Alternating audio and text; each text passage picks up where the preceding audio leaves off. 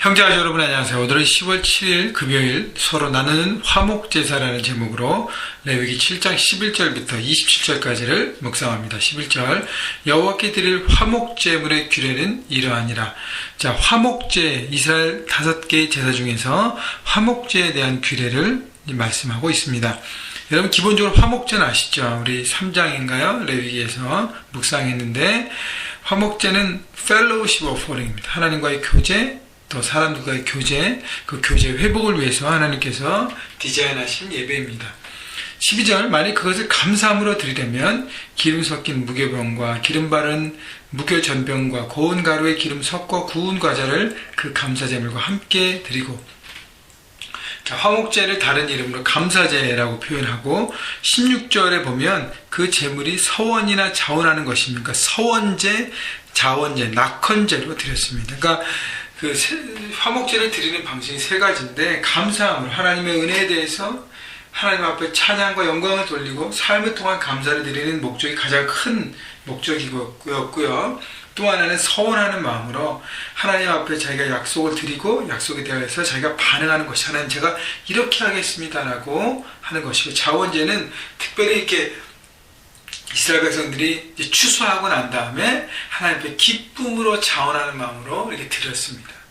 그래서 자원하는 마음으로 드렸던 자원제가 있고, 근데 이제 가장 코어는 감사제죠.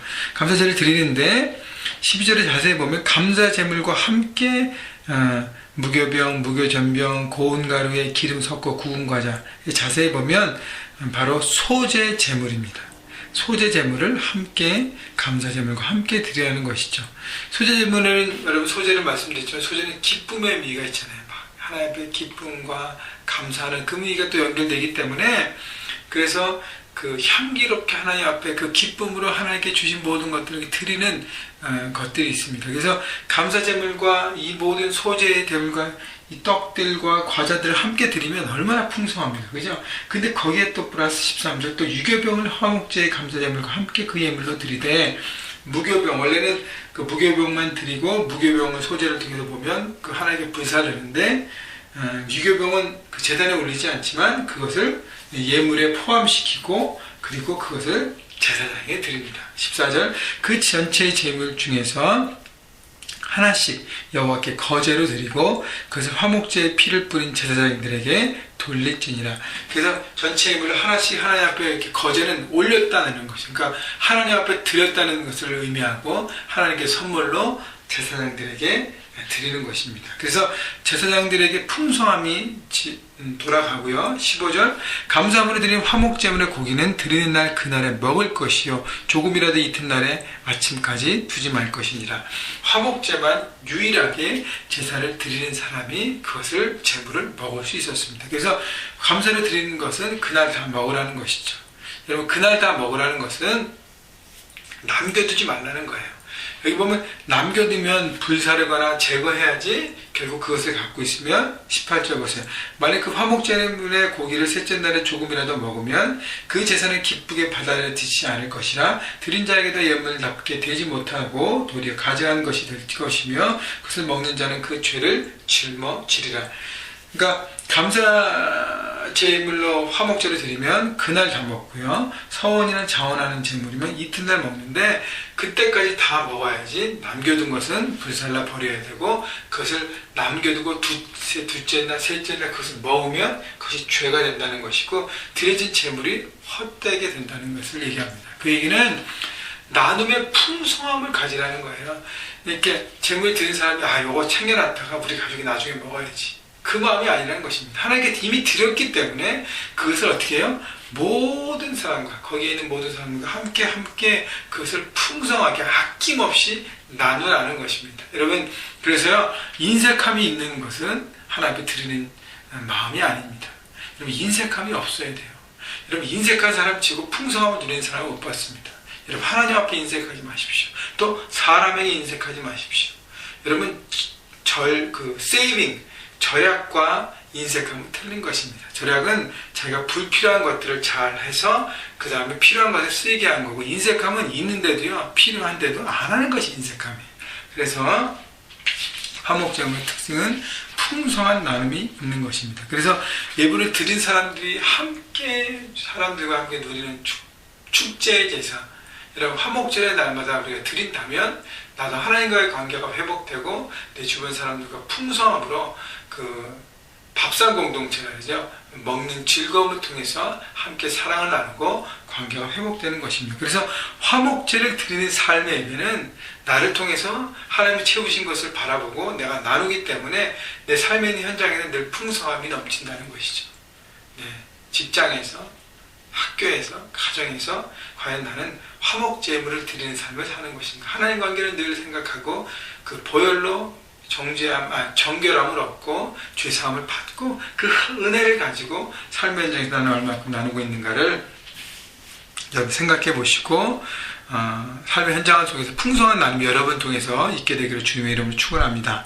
19절 그 고기가 부정한 물건에 접촉되었으면 먹지 말고 불사를 것이라. 그 고기는 깨끗한 자만 먹을 것이요 만일 몸이 부정한 자가 여호와께 속한 화목제물의 고기를 먹으면 그 사람은 자기 백성 중에서 끊어질 것이요 만일 누구든지 부정한 것 사람의 부정이나 부정한 짐승이나 부정하고 가증한 무슨 물건을 만지고 여호와께 속한 화목제물의 고기를 먹으면 그 사람도 자기 백성 중에서 끊어지리라. 다시 얘기하면 화목제물을 우리가 함께 먹는데 먹는 사람들이 어떻게 준비하고 먹어야 되는지 자격을 얘기합니다. 다시 얘기하면 부정한 것을 만지는 부정한 자들은 먹을 수 없다는 것입니다. 재물 나누는 공동체가 하나님의 자녀가 돼서 거룩함으로 구별됨으로 함께 하나님의 공동체 가운데 함께 남다라는 것이죠. 그냥 세상과 똑같이 살아가면서 그냥 흥청흥청 나누는 사람이 아니고 그런 세상의 어떤 파티나 나눔이 아니라는 것입니다. 하나님의 은혜를 감격하고 세상과 구별되어서 거룩함으로 하나님께 드리는 삶 가운데 함께 그 안에서 축제를 누리고 기뻐하고 격려하고 회복되는 하나님의 나눔을 얘기하고 있는 것입니다. 그래서 여러분 우리가 주일날 예배 올 때도 그날 예를 들면 그런 것이죠. 우리가 런치박스를 한 이제 집사님 가정이 또 한 우리 청년 팀원들이 하지만 우리가 하나님 앞에 예배드리고 하나님 앞에 거룩한 공동체로 서고 거룩한 사람이 섰을 때 그 다음에 그들이 쉬어하는 것을 함께 나누며 함께 사랑과 그 은혜를 공유하는 것이지 그냥 세상과 하나님 나라와 관계없이 그냥 막 살다가 와서 하나님의 은혜를 경험하지 못하고 나눈다면 그것은 아무 의미가 없다는 것입니다. 여러분 그래서 거룩한 삶, 거룩한 공동체, 거룩한 식사의 나눔, 단순히 먹는 것을 나누는 것이 아니라 하나님의 은혜를 나누는 것이기 때문에 그렇습니다. 22절 이후는요. 여호와께서 모세에게 말씀하여 이르시되 이스라엘 자손에게 말하이르라 너희는 소나 양이나 염소의 기름을 먹지 말 것이요 스스로 죽은 것의 기름이나 짐승이 찢긴 것의 기름은 다른 데는 쓰레니와 결단코 먹지는 말지니라. 기름에 대해서 얘기하는 것이죠.